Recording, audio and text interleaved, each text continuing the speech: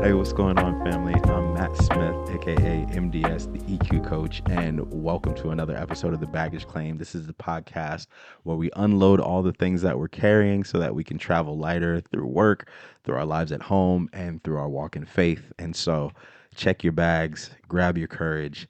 Let's rehuman together. All right, y'all. So, first and foremost, thank you for everybody who caught the first episode. I've been very, very excited about the response, and I've been ecstatic to kind of get back here and do this. However, I'm gonna be real honest with y'all. And this is gonna be a real honest and a real vulnerable conversation. Not to suggest that I would ever not have an honest or vulnerable conversation. And if you know me, you know that's the truth. But on the other side of that, I just think that there are so many different things. I know that there are so many different things that are going on in my life right now that I'm working through and I'm processing, and they suck. They suck real bad. I gotta keep it as G with y'all as I possibly can. This undoubtedly is the worst season that I have ever walked through in my entire life. My entire life.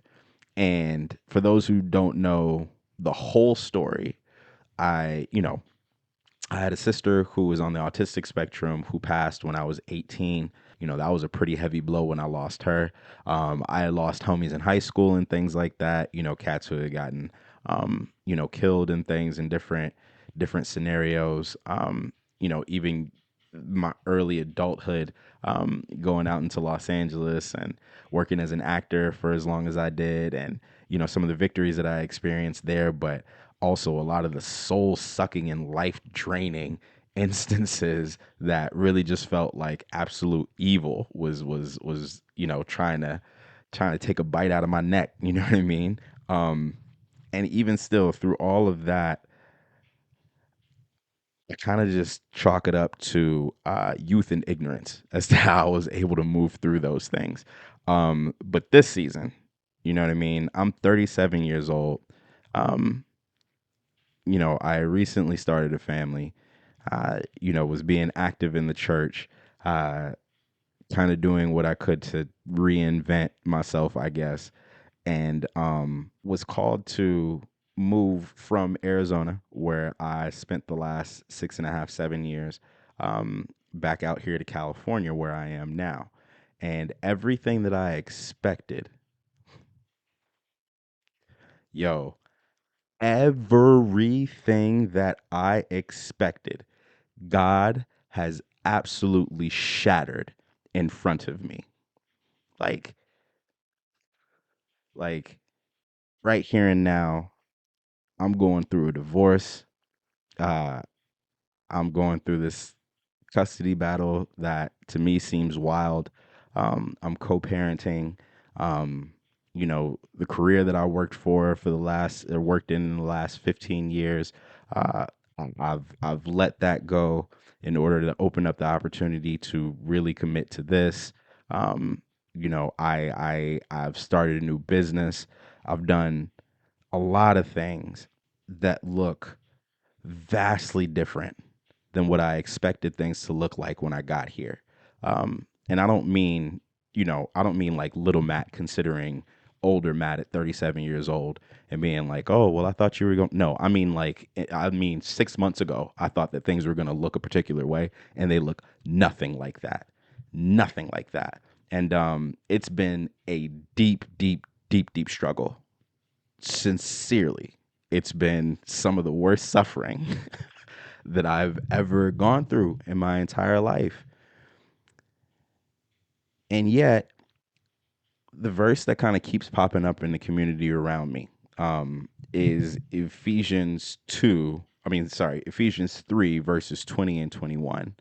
Um, Now, to God, who is able to do exceedingly and abundantly more than we could ever think or imagine, um, through the power that is at work within us, to God be the praise and the glory forever.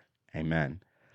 Now I could go into all the exceedingly and abundantly more, right? Like I could fill my imagination with all the things that I think would be exceedingly and abundantly more that I could ever think of, right? I thought I was going to get here and opportunities were just going to start falling in my lap. I was finally going to hop into a different tax bracket as far as my income was concerned, right? Like I'm thinking about, you know, the amount of just material stuff. You know what I mean? The amount of things that I would be able to hold tangibly and not only save for myself, but also show other people and be like, yo, look at how God's showing out in my life and all the things that he's doing. Da, da, da, da, da, da. Bruh, the idea that exceedingly and abundantly more than I could ever think or imagine doesn't necessarily mean that it's going to be exceedingly easy or exceedingly bountiful in the material or any of that. And let me tell you, I've been furious. Furious. I found I always kind of fashioned myself as being a good kid, right? Especially when it came to like I don't really like I if I'm questioning authority, it's something that I'm doing in the back of my mind, right? And I'm plotting my way uh to find some way to benefit from a situation in which I am even begrudgingly surrendered to, right? Very rarely am I the cat where if things are going wrong or things are going in the way that aren't what I expect, that I start, like blaming people or like why is this happening to me or anything like that. Like that typically isn't me. And uh yet Wednesday, I'm going to pick up my kids in a rental car because in the last 16 days, my car has died. And like, I love that car. I have this 2015 Mini Cooper Countryman. It's brown. I love this car. And, it just really seemed like the more I wanted to keep it, the more effort had to go into me keeping this thing. And I just wouldn't let it die. You know what I'm saying? It was getting to a point where I would drive it for 5 months and then it would be sitting for 7 months, because something would come up and something would be wrong with it. And if you know the design of Mini Coopers since whatever year they were bought out by BMW, everything is intentionally stacked on top of itself in this weird jigsaw Rubik's cube type thing, to where you got to pay for crazy hours of labor, and then it's a European model, right? So all the parts and things like that aren't going to be cheap. But anyway, so again, I'm getting all the way off the point, right? So God, in my opinion, shoots the car in the face. You know what I'm saying? 3 out of the 4 cylinders in the engine don't compress. So like it's not going nowhere. You got to replace the engine. You know what I mean? So that died. So anyway, I'm driving a rental car to go pick up my kids, and I had just gotten some terrible news. Um, Terrible news. And maybe for the first time in my life, I'm driving and trying not to cry. You know what I'm saying? But like tears are pouring down my face, and that's not safe. But like that's what's happening. And then finally, I just with the most like guttural, primal, enraged, filled my diaphragm with all this terribly frustrated energy and screamed at the top of my lungs, "Where are you?"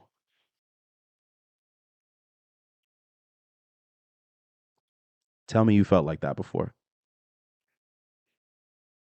Tell me that I'm not alone. That in seasons where you expect greatness, where you even feel like you've met your half of the bargain, things still don't go the way that you expect them to. And you have that conversation with God. Yo, what are you doing? Like, did you just leave me here? I'm supposed to trust that you say you'll never leave me nor forsake me? Well, listen, we getting real close. We getting real close to absolute catastrophe. Where are you? I can't be the only one. And so again, I allowed myself, much like I talked about in the last episode, I allowed myself to completely feel the feeling that I was feeling. the feeling of frustration, the feeling of confusion, the feeling of betrayal, the feeling of abandonment, the feeling of rejection, the feeling of not feeling good enough, right? Questioning all the things that I'd done. What did I do to deserve any of this? You know what I mean? I thought I was doing the thing that you asked me to. You mean to tell me that I could be doing everything right and it could still all get blown up? The answer is yes. And the next question becomes, what happens when exceedingly and abundantly more doesn't necessarily mean exceedingly and abundantly more of what you expect? It's exceedingly and abundantly more than you can imagine. But maybe that doesn't necessarily always mean that it's on a scale that leans towards the positive side of your experience. Maybe it's exceedingly and abundantly more character that needs to be driven out of you. Maybe it's exceedingly and abundantly more pain than you've ever dealt with in your life to prove that you're strong enough to carry it. And man, that's not something that you want to hear in the moment. Yo, I can't tell you the amount of counsel that I received. And again, just got that scripture back, Ephesians 3:20 and 21. And I'm like, yo, if somebody hits me with this again, or, Isaiah 41:10 that says, fear not, for I am with you. Be not dismayed, because I am your God. I will strengthen you. I will help you. I will uplift you with my righteous right hand. I'm like, bro, I don't see nobody has their hand out. You know what I'm saying? Like, I don't see no hands I could grab a hold of right now. And that's not necessarily true. I want to shout out a lot of my brothers who have been giving me a lot of wisdom, or even just being in the space to walk with me or hold the space for me. That has been more valuable in this season than anything else possibly could have been. A solution to a lot of these issues would be just as good. But what I'm saying is that I do truly value that I'm not alone in it. But a lot of times it doesn't feel that way. A lot of times it feels like I am fully abandoned in the space that I'm in. And that sucks bad, real, real bad. So, what do we do? How do we reconcile between that tension of just because we are blessed and highly favored doesn't mean that every moment is going to work in favor for us? Now, I truly believe, as it says in Romans, that God is working all things together for the good of those who love Him and are called according to His purpose. I truly believe that. And then we got enough receipts. You know what I'm saying? We got enough stories in the scriptures to corroborate that. But man, when you're going through it, it's really, really tough to pull all that out. And so I did the work to pull all that out for myself. And I'm gonna have a conversation with myself today on this episode, but it's gonna be a lot of scripture. And I hope you guys stick with me, because I think there's a lot that we can grab from the idea of God shattering our expectations, but then rebuilding something even more beautiful with the pieces, right? A mosaic, if you will. Shout out to Mosaic Los Angeles. That's my new church home. I love y'all to death. You no one could possibly know how much this is fitting right here and now in my life. But I digress. Let's go ahead and get into it. So first, I want to say, even in all the chaos, there's been this sense of peace as I've surrendered and been obedient. There were some things that I was holding on to. Number one, financially. Number two, career wise. Number three, logistically. Things that I had been holding on to that I didn't even know I was strangling in my hand because I was holding on so tight, right? Like I'm suffocating the thing, really just like, I'm not going to let this go. Whoa, please, please be there after I open my hand, right? Um, and it's been tough. you know, it hasn't been a thing where I've just completely opened my hand. It's been a very gradual struggle of, now I've let go of the pinky and I got to let go of this ring finger too. Uh, all right, there goes the ring finger. And now we got right, like a very, very, very slow process. And the thing that I'm grateful for is that God's grace really is sufficient throughout that entire time. You know what I mean? It wasn't like when I literally yelled at God, and I wasn't cussing, but I was cussing. You know what I'm saying? Like it was all the wrath that would come from cussing a person out. You know what I mean? All the rage that would come from getting to the decision where you want to flip and you just want to go there with somebody. It was all of that. The God that created the universe, the God who is literally ordering the atoms in my body right now, could have snatched two or three of them joints out and I could have just right then and there. He has the authority to do that. You know what I'm saying? I know that to be true. God spoke once. God spoke once and the universe is still in creation. But that God had the authority to be like, "Oh, really? Pick you up and we just going to drop you somewhere else then." And he didn't. He let me have that space. And it reminds me of the story of Job. You know what I mean? If you know Job's story, Job was one of the wealthiest men, in the Bible. And basically, um, God allowed for Job's life to be flipped all the way upside down. You know what I mean? Job was a faithful man. It wasn't like Job did anything wrong necessarily. And I think the thing to glean from that story is Job taking the opportunity to be as honest with God as possible. He was like, "Yo, I need to talk to you, bruh. You're gonna have to explain yourself to me." And God responded with, "But who are you to question me?" Right? And I'm reminded of that in my own life, right? I even think about the Israelites as they were making their way, into the wilderness, and they have been walking around for 40 years. And, this is the point. If we go to Deuteronomy 8, this is the point in which Moses had just come back from speaking with God on top of the mountain. He had the two tablets or whatever, and he was about to deliver the Ten Commandments. He comes back and he finds that there's a golden calf there, and his brother Aaron is wilding out. And you know what I mean? They over there having this pagan party right after the God of Israel separated an entire body of water and let them walk across that on dry land, walls of water directly next to fish waving and saying what's up, like that God who served them in that moment. It was so quick and so easy for them to forget, and Moses had to remind him.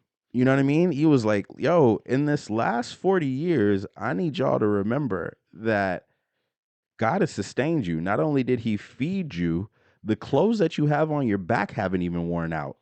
You know what I'm saying? If you look at your feet aren't even swollen. You know what I'm saying? And this has been 40 years that God has been doing this for you, right?" And I just think it's so easy for us to get confused about what particularly we'd like to see come next and how much of that we're willing to forget and adopt God's work through the process, because he's not changing the situation, he's changing you. What I've found is, what's funny, we talk about Isaiah 41:10. And that's really, really great because it's a bumper sticker, scripture, right? You could throw that anywhere and be like, "Oh my God." As a matter of fact, it's on my vision board. I'm staring at it right now. But what's great is verses 11 through 18, right? Because God then describes, he's like, "This is what it's going to look like with me being with you," right? Like you have whatever you have now, but bro, I'm about to make you so sharp. You know what I'm saying? I'm about to give you the type of jagged teeth to where you're going to be a threshing tool. And we know that the threshing tool separated the wheat from the chaff, right? Like basically, you're going to be able to cut through all the BS. You know what I'm saying? Even in, I think later in the scripture when we get to like verses 16, 17, but Isaiah 41, verses 11 through 18, I'm just going to read it as a matter of fact, because I think that's going to hit uh, even deeper. But we have verse 10, right? "Fear not, for I am with you. Be not dismayed, for I am your God. I will strengthen you. Yes, I will help you. I will uphold you with my righteous right hand." And this is out of the New King James Version, by the way. But then he says in verses 11, "Behold, all those who are incensed against you shall be ashamed and disgraced. They shall be as nothing. And those who strive with you shall perish. You shall seek them and not find them. Those who contend with you, those who war against you, shall be as nothing, as a non existent thing." Whoa, whoa. So, not even people necessarily, but we know that our war is not of flesh and blood, but it's against principles and it's against principalities and powers in heavenly places and that type of thing. So all of those things will then be a non-existent thing as God describes it, right? And that's God's work. But then he says, and this is verse 14, he says, "Fear not, you worm Jacob, you men of Israel. I will help you, says the Lord, and your Redeemer, the Holy One of Israel. Behold, I will make you into a new threshing sledge with sharp teeth. You shall thresh the mountains and beat them small. Whoa. You shall winnow them. The wind shall carry them away, and the whirlwind shall scatter them. You shall rejoice in the Lord and glory in the Holy One of Israel. Bro, what? So God is creating in this moment the man who would literally be able to whittle away a mountain. And that's what it feels like in this time. As I continue to fight for what I believe, what I know is what God is calling me to do in the space of righteousness, in the space of forgiveness, in the space of surrender and obedience, in the space of offering love and grace in abundance as I've been offered love and grace in abundance. That's building the type of character that is an absolute glacier. You know what I mean? Water may splash on the glacier at the top, and you see the tip of the iceberg, and maybe you think that as it's eroding on top, that it's becoming smaller. But then you dive under the water and you see how deep that thing is. You see how big and how massive it is underneath the surface, right? I dare you to try and run into a glacier. And that's who he's created me to be. Ice in my veins. You know what I'm saying? Um, but so often, I think in our modern culture, particularly here in America, what we want is for God to come in and do on our behalf. We don't want God necessarily to actually make us like Jesus. We just want the power that was in Jesus's hand. We want to be able to defeat death, but we don't want to confront death. Oof. And I know that God isn't focused on your circumstance, He's focused on your heart. God is not concerned with your speed, He's concerned with your surrender. Because again, if He's brought me through all of this and I've been unscathed up until now, just like it said in Deuteronomy, you know what I'm saying? My clothing hasn't worn. You know what I mean? Um, and I may have these little small nicks and bruises and things like that, but I can still walk, you know? I still have the opportunity to get up. I'm not suffering and fighting for every breath. And I know some people in my life who are. And so I really believe that gratitude is a weapon. You know what I mean? In the same way that uh, worship changes the atmosphere. And in that atmosphere, you can see God differently. You're offered a different perspective. Gratitude does the same thing. And a lot of people would do things like keep a gratitude journal and all the rest of that. And I had an awesome coach, Mr. Elijah Kai. Um, I remember I was going through this coaching session with my boy Elijah, and he told me, right, like we're talking about, where are you on gratitude? I'm like, yeah, I keep a gratitude journal. You know what I'm saying? I try and make sure that I get to like at least 25 things that I'm grateful for, and I just turn, what I'm saying, I turn my mind off, and it's just stream of consciousness and blah blah blah blah blah. And he's like, when's the last time that your gratitude journal made you cry? And I was like, I don't know that I've ever had tears on a page of a gratitude journal. He's like, so then are you actually taking the time to be grateful, or are you just listing out things that sound good? You drop the mic right there, right? But the heart posture, and we say that a lot in church. We talk about heart posture all the time in church, especially now, right? And it's so ironic because I think even in that, we want to succeed in having the correct heart posture, right? We want to merit ourselves into humility rather than going through the situations that would actually humble us, because that's way less comfortable, right? But when we talk about the presence of mind and the position of heart towards someone who's been good to us, all you can do is be flooded with emotion. And in that space, there's peace. And when you pursue peace, I talked about this in the last episode. When you pursue peace, your behavior looks different. When you have genuine appreciation, your behavior looks different. One of the things that I used to say to my partner, uh, and this is not something right. Like this was in a time of frustration, so I can't necessarily that I was saying this out of love, but I will say that it's the truth. There's a difference between being thankful and being appreciative. Being thankful is acknowledging that you benefit from a thing and otherwise have a positive or happy response to it, right? That's thankful. Appreciating something is continue to uphold or increase the value of the thing that you're holding. So, I was thankful, but I wasn't very appreciative.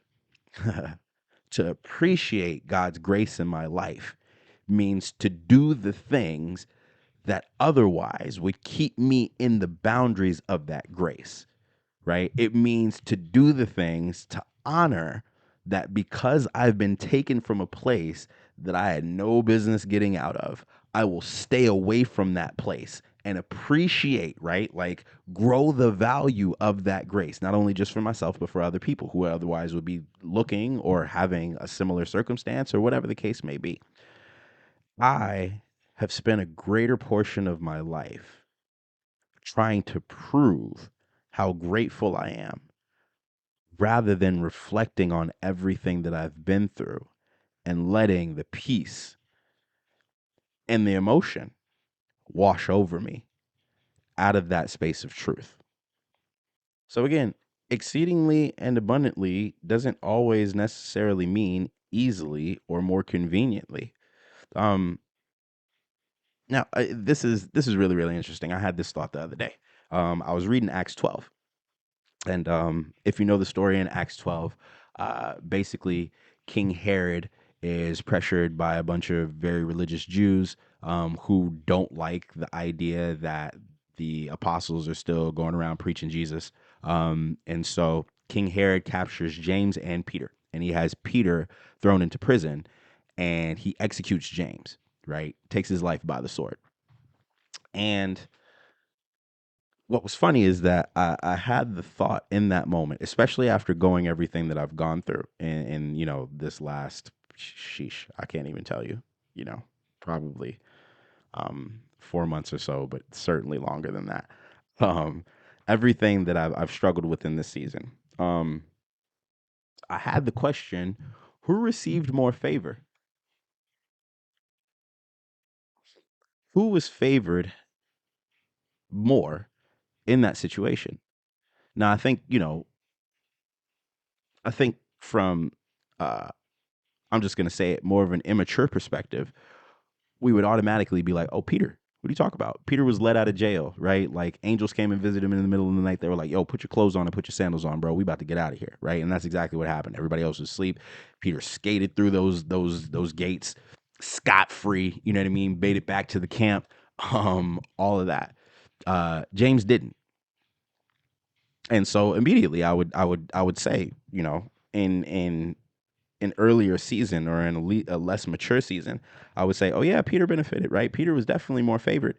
But what if he wasn't? What if he was just still on assignment? What if James had the higher favor? Because if we think about it, right, James had his life taken, but what he inherited right there in that moment was another opportunity to spend time with Jesus. And like he had just walked with Jesus for however many years in his life, right? Like James, one of the OGs, you know what I'm saying? Brothers of Thunder, you know what I mean? Or Sons of Thunder, whatever. He's one of the first, right? Out of um uh Simon, Andrew, Philip, Nathaniel, James, and John, right? The six OGs. Uh James had been there from Jump Street. And so he had the experience that he got to walk with Jesus for years. He was separated from Jesus for maybe some months. And then he got to be reunited with Jesus in that moment. So who had the more favorable outcome? Peter had to go on and then experience more persecution, right? Because he was still on assignment. And sure, God gave him the grace to live another day, and even the grace and the assistance of the Holy Spirit to go and proclaim the gospel and even stand in front of authorities and things like that, and rebuke him and all that. But who won? I think one of the more critical things that I had to wrestle with is that I had been living in the place of comparison for such a long time. And as I look at my own situation right here and now, I compare it to this fairy tale version of myself, right? I compare it to the ideal that is void of all the struggle that I've been through, right? I recognize some of you know that I've dealt with sexual abuse very, very young. And it's kind of changed my perspective on a lot relationships, sex, certainly. But even the ideas of intimacy and that type of thing. And I don't necessarily mean physical intimacy, I mean like just allowing myself to be seen fully. I, my parents went through a divorce, like all of that, right? I built the idol of the man who would have this perfectly formed life, family, relationship, marriage, ministry, um, without all of those things being a consideration, right? Uh, Now, personally, I think a man who's been through something makes a better partner, for certain. Um, Sorry. I understand how to offer grace. I understand how to be vulnerable and confess. I understand how to um, take my time and not expect an immediate, flip on anything, my mindset, my habits, any of those things. So I wouldn't expect those things from a partner, right? Like I would be able to offer that grace, and as long as somebody is willing to put in the work and do that, right? I still don't have any tolerance for like the victim consciousness and things like that. If you think that everything is happening to you, you need to stay far away from me, because I've had a lot of stuff happen to me and can recognize that all that was happening for me. But before this season, I wouldn't have thought of none of that. I would have just been comparing, right, my ideal to the reality of someone else who I thought was living that ideal, and then continue shooting for that and completely just disregard my own humanity, disregard my own testimony, disregard my own struggles, and the way that God has redeemed me through all of those things. And I think that's one of the most dangerous places to be in, especially as you're going through a season of suffering, right? And so favor doesn't necessarily mean ease. As a matter of fact, favor isn't about ease at all. It's about assignment. And kind of like I said before, it perspective is everything, right? Your position versus your perspective is everything. Where you are now and how you see that aren't necessarily well, I mean, like they're mutually exclusive, but they may not necessarily be the same thing at the same time, right? I could look at all of this and, last episode I talked about how, we booked the pilot after being rejected straight to my face. And since then, it's kind of felt like there's been a drought, right? Like two companies have said yes, or whatever the case may be, or I'll say two organizations have said yes, and then it just feels like another closed door and another closed door and another closed door and another closed door. And I could sit here and I could have the, yo, why are you doing this to me? I thought this was something that had purpose. Or I could have the perspective of, just because I'm being delayed doesn't mean I'm being dismissed. Just because it's not happening right now doesn't necessarily mean that right now is the most appropriate time, right? Maybe I'm being sheltered for something. Maybe I think about, my last go around in Hollywood, and some of you know I was up for series regular. As a matter of fact, second lead for a huge show on Showtime, and I was very, very excited about it. And I got pinned, which if you've been an actor, you know that being pinned basically means that if your shooting schedule aligns with the shooting schedule of the production team, then you're booked, right? So I was pinned. My headshot was pinned at the top of the bulletin board for the role that I auditioned for. And then, however many months later, Nobody contacted me for shooting. Nobody contacted me for a wardrobe fitting. I didn't sign any contracts, none of that. Well, it turns out that that show only got 2 seasons. And moreover, one of the biggest complaints about the show, and in my opinion, the reason that it got shut down was that there were claims of sexual harassment that were going on set.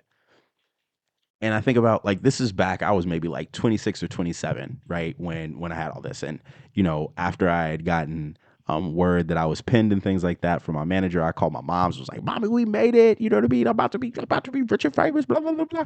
And God was like, "You have no idea, you have no idea what you would have walked into if I would have said yes and opened that door for you." And I went into a pretty dark place after that, right? Like, I traveled to Arizona. I was trying to escape myself a whole lot. I was smoking more than I'd ever smoked before. Um, I even started drinking. I had never been a big drinker, right? Like, I'd even started drinking, bringing, beer home and things like that. I even remember where I was staying, there was like some cooking sherry or something like that, or some gin for a recipe. I was taking shots of gin. I hate gin. Oh my gosh. I don't like alcohol at all. But like, gin is the worst. Gin tastes like duck's feet. And so, like, but I was just in that space of desperation. Imagine I imagine if I'd have stayed in that environment that was so toxic, right? Maybe I wouldn't have gone to the place of like self deprecation and things like that. Maybe I would have spiraled into being okay with things like sexual harassment, right? Maybe I'd have gotten to a place where instead of building boundaries, I would have continued to let the doors be wide open for anything to come in. And I don't know what my life would look like right now if that were the case, especially if I'd have only had 2 seasons on that show and then would have had to figure out what to do with the rest of my life, right? Or how I find the next job or whatever the case may be. Just, I will never know. I will never know what God was protecting me from by closing that door. And I can have the space of immense gratitude to know that God has brought me here right now. And even though there's a significant amount of struggling and suffering, what I can say is that I know that on the other side, I will be able to handle anything until God presents another challenge that is going to stretch and grow my faith, right? And so I recognize that that's what's happening in this season, and I don't like it. Stretching is not comfortable. You know what I'm saying? I did 15 years of specialized body work, a lot of sports therapy work and things like that. And when things are tight, you don't want to stretch them. It hurts. You know what I'm saying? Not until after. What I usually do, I would have my clients, right? I would stretch to a certain degree. I would stretch to a certain point and things like that. And then I would have them engage the muscles so that they can resist against me, right? So we think that we've gone as far as we possibly can with the stretching. And then you engage and you apply some resistance. And after you relax from the resistance, then you're able to stretch a little bit more. And I know that's what's happening right now, right? Things are going to be opened up and strengthened and lengthened and developed even more by this stretching. And a portion of the stretching is the resistance in order to get more yield from the stretch. And so I'm grateful for that. Truly, I am. Truly, I am. And more than anything, I'm grateful for the peace that's being provided. Again, things materially, things logistically, they're in a blender, fam. You know what I mean? I'm not gonna air out all my business right here and now, but just know it's rough. It's very, very rough for me. And I'm a sensitive dude, so like, it's very, very rough for me. Uh, but I appreciate that God is giving me an opportunity throughout all this for my kids to be fashioned in their character as they see me hold fast and exhibit a different type of strength, right? Not an invulnerability, because I don't believe that that's strength. I believe that that's apathy, right? But the strength to fully take things on, fully let them affect you, and then fully express and release them, and then get to another side where there's a solution. I've been given the grace to figure out how to do that through, a lot of the work that I've been doing, and honestly, through mediums like this where I can talk things out. And so, what I've come to know is that peace isn't the absence of pain, it's the presence of God. Because I could still feel, as I am, still feel a great deal of pain or discomfort with the situation. But as I know that God is there, and as he supplements my hope with his promises and his truth, I can have a little bit of pain and still have peace. I know that, surrender really feels like losing at first. you know, um, it looks and it feels like losing when really it's alignment. And, it says in the word that man makes plans and considers his path, but the Lord orders his steps. And I'm grateful that I'm starting to let go of all the things that I expected to happen, and I'm getting in alignment with the truth. And I believe more importantly with my purpose of what's going to happen moving forward. And like I said, holding on to gratitude is so valuable. Like even Job throughout it all, right? He was pissed off and he was going through what he was going through, but he still said, "Blessed be the name of the Lord." And then he was restored twice everything that he had before. And he had a bunch of stuff. He had a crazy amount of stuff before. He got twice that much, even children. And he was old. He got twice as many children in his old age and this is after his wife was like, curse God and die, bro. You know what I'm saying? Like, yo, like he'd been brought low. The woman in his life was like, I don't understand what's going on with you. I'm out. You know what I'm saying? Like he didn't have nobody. And then God completely redeemed him and restored him. If he can do it for Job, he can do it for me. If he can do it for me, he can do it for you. So if you're in a tough place, I just want to ask you this question. What would it look like to surrender to God even when you don't like what he's doing? I know it's not easy, but I know it's all a matter of perspective. We're going to go ahead and cut it right there. Listen, thank you guys for joining me again for another great conversation. This episode of The Baggage Claim. Listen, like, comment, share, subscribe, do all the things. If you're watching this on YouTube, hit all the buttons, right? Hit the bell icon, I don't even know how many icons. Obviously, I'm not on YouTube like that, and so hit all the icons and things like that. Get the notifications whenever this thing drops. If you find me on Spotify or on Apple or whatever the case may be, go ahead, rate, review this thing, leave comments, let me know how this conversation has been helping, or if it's not helpful at all. I would love the feedback. But more than anything, I want to stay engaged with you because we heal together. You know what I'm saying? We all got baggage. We all got things that we got to let go of. So let's walk up to that carousel. Let's grab our stuff. If you see somebody who's trying to grab a bag that's giant and the carousel is steady going on, right? Like my job is to walk over and help you lift that thing and bring it down to your level so that you can effectively own everything that's in that bag. All right. So I appreciate y'all. I've got so much love for everybody who's taken even a second to listen to any of this stuff and even all the clips on social media and things like that. If you comment on those, I'm just so grateful for you. And I'm gonna go ahead and get out of here. But thank you again. Yo, be love, y'all. And let's travel lighter. See you next week.